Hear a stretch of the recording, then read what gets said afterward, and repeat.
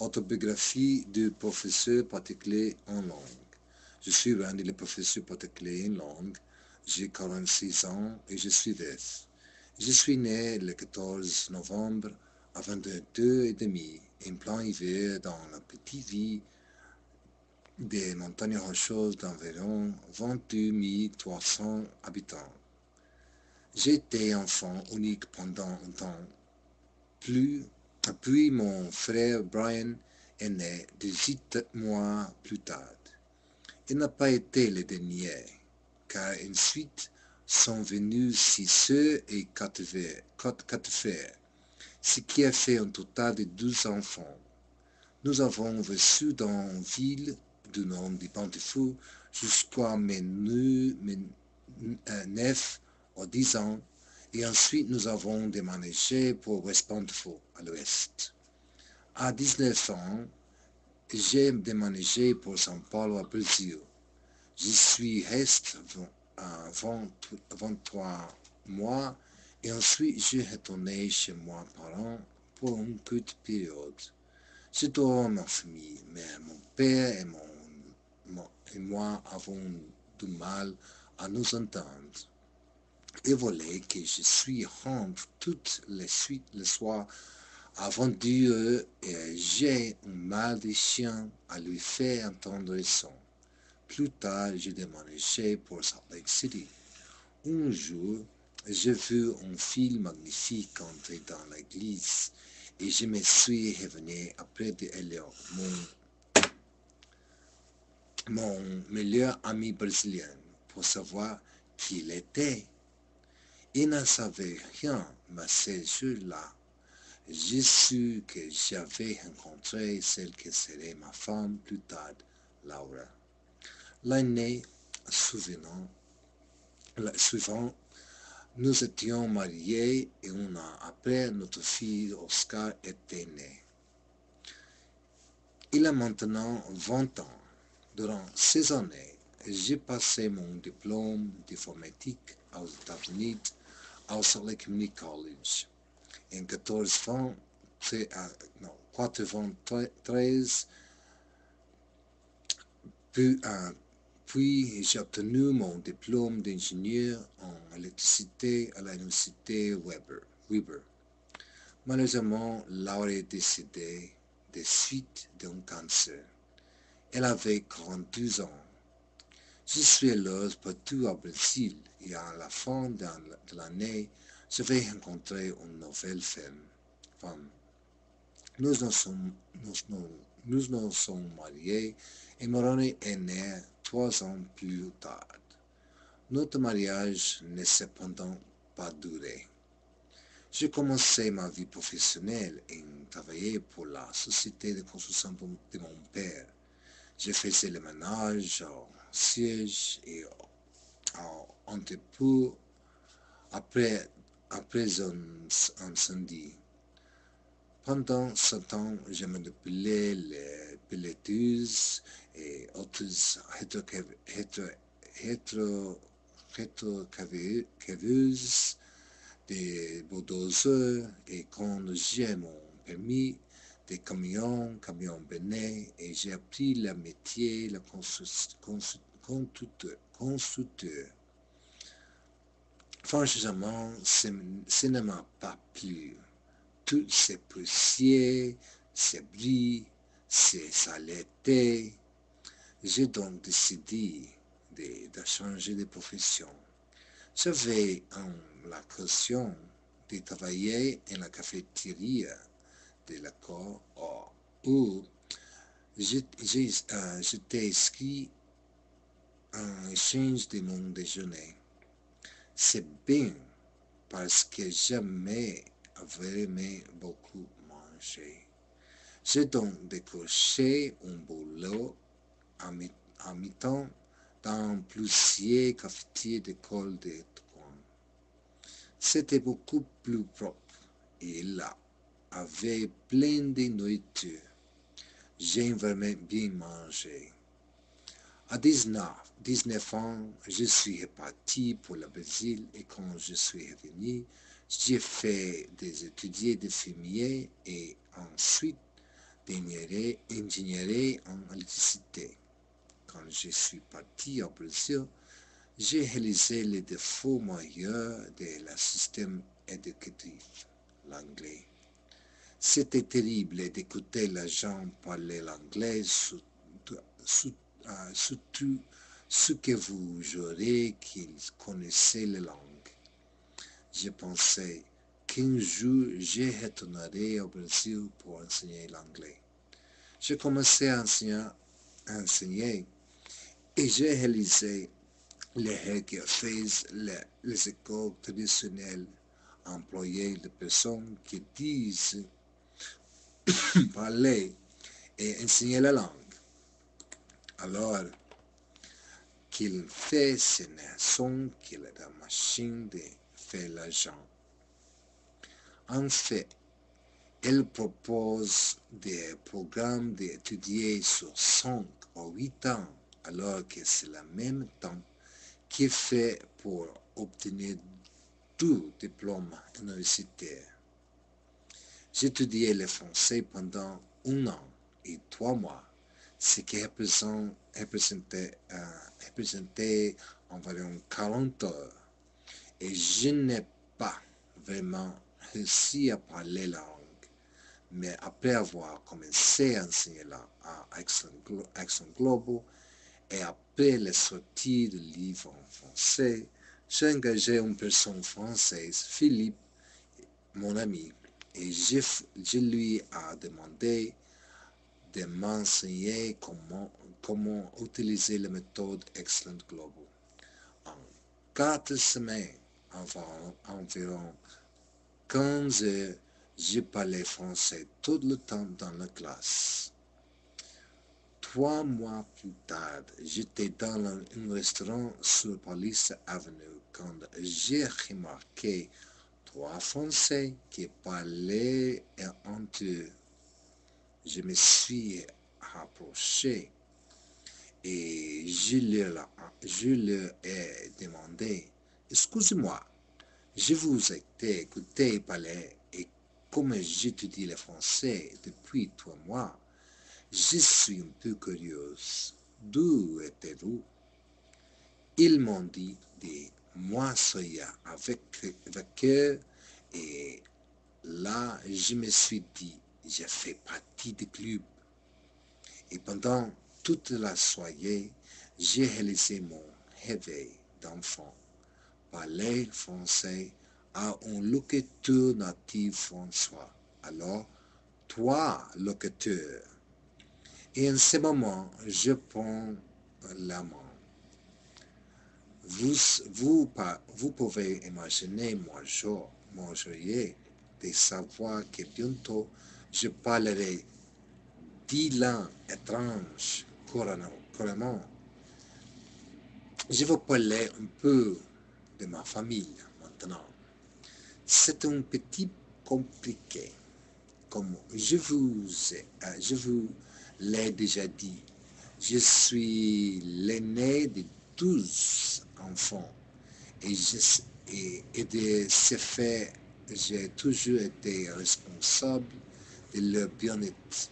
Et donc, si un d'entre eux faisait un écart ou créait des problèmes, c'était toujours moi qui l'en punissait. Nous avons toujours été une famille très unie, mais, comment dire, avec le temps, nous avons pris des chemins différents, surtout depuis que j'habitais au Brésil. Nous avions l'habitude d'avoir des fêtes d'anniversaire ou d'envoyer des cartes, mais depuis que je suis au Brésil, ils n'appellent pas, n'ont envoyé ni carte d'anniversaire ni email. J'avoue en avoir été déçu. Mon père appelle parfois pour mon anniversaire quand il s'en souvient. Voilà. c'est ma famille. Ma maison. J'ai le sentiment de n'avoir qu'une seule maison dans ma vie entière. Mon première maison était avec mes parents. Bien sûr, devrais-je dire la maison de mon père. Il nous a toujours bien fait comprendre que la maison lui appartenait et ce que de se faire tout ce qui vivent sur son toit devrait obéir à ces règles. Elle était très sévère. Quand je me suis marié à 25 ans, ma femme et moi avons d'abord habité en duplex et ensuite nous avons recherché une maison que nous pourrions faire notre. Nous sommes restés dans notre maison environ 7 ou 8 ans, jusqu'à ce que ma femme décède du cancer. Ce fut probablement ma seule maison. Ici à Brésil, j'ai essayé de construire une maison et j'étais rendu au toit, prêt à être installé. Quand nous nous sommes séparés, et j'ai donc dû la vendre et mon ex-femme s'est approprié tout l'argent. J'ai tout perdu et maintenant j'ai lu un appartement. Mes journées sont relativement variées. Je n'ai pas de journée type, mais plutôt de semaine type. Cependant, j'essayais de me réveiller et de me lever tout le matin vers 6h30 ou 7h, de lundi au mercredi. Je ne prends pas souvent des petits déjeuners. Si c'est peut-être un petit sorbet d'acai, mais je prends toujours un très bon déjeuner chez l'un de mes 2 restaurants végétariens préférés, où l'on sert des buffets à volonté. Je donne mes cours, ensuite je rentre à la maison pour prendre un dîner léger. Par exemple, demain matin, je dois être chez Behini, une société d'ingénierie, à 8h. Je vais donc me lever vers 7h, prendre une douche et trouver un taxi pour me rendre là-bas. Ensuite, je m'atterrai dans un café pour prendre un petit sorbet d'acai. Ensuite, j'ai un autre cours en siège de oi. J'ai 15 minutes de marcher pour m'y entendre et je pourrais m'arrêter à un cybercafé où je pourrais lire mes emails et faire différentes choses par ordinateur. Mon cours souvent commence à midi, puis jusqu'à 14h. J'irai dans un restaurant de voisinage et MVP. Après déjeuner, direction le cybercafé à 9h pour continuer mon travail administratif pour retourner ensuite au siège de OI pour d'autres cours jusqu'à 20h30. Pour rentrer à la maison, j'aurai le choix entre un trajet en bus avec 2 changements ou un autre avec 2 ou 3 changements. En arrivant à la maison, je prendrai mon dîner et j'irai me coucher, car mardi matin, il faut que je suis chez mon client à Pineros à 7h30. Bountiful. Bountiful est situé en Utah et il est dans le livre de Mormon une des villes américaines les plus anciennes. Bountiful a été créé peu de temps après l'arrivée des pionniers LDS dans la vallée de Salt Lake en 1847. Les pèlerins exploraient la région juste 3 jours après l'arrivée et en septembre, ils réuniraient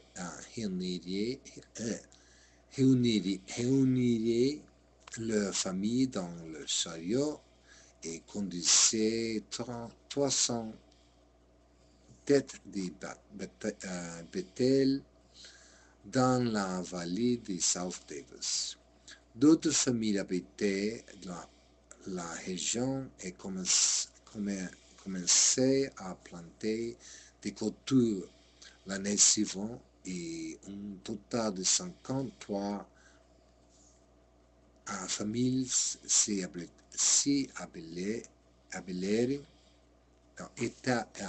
établirent dans la ferme vers 850. Les colonies furent d'abord appelées Sessions Colony et plus tard North Mill Creek Canyon pour finalement entrer raccourci à North Canyon. Mais le 17 février 1855, le nom fut changé pour devenir Bountiful. Il fut voté à le nommer pour les membres de la communauté. Bountiful est connu pour son tabernacle LDS à 5 flèches.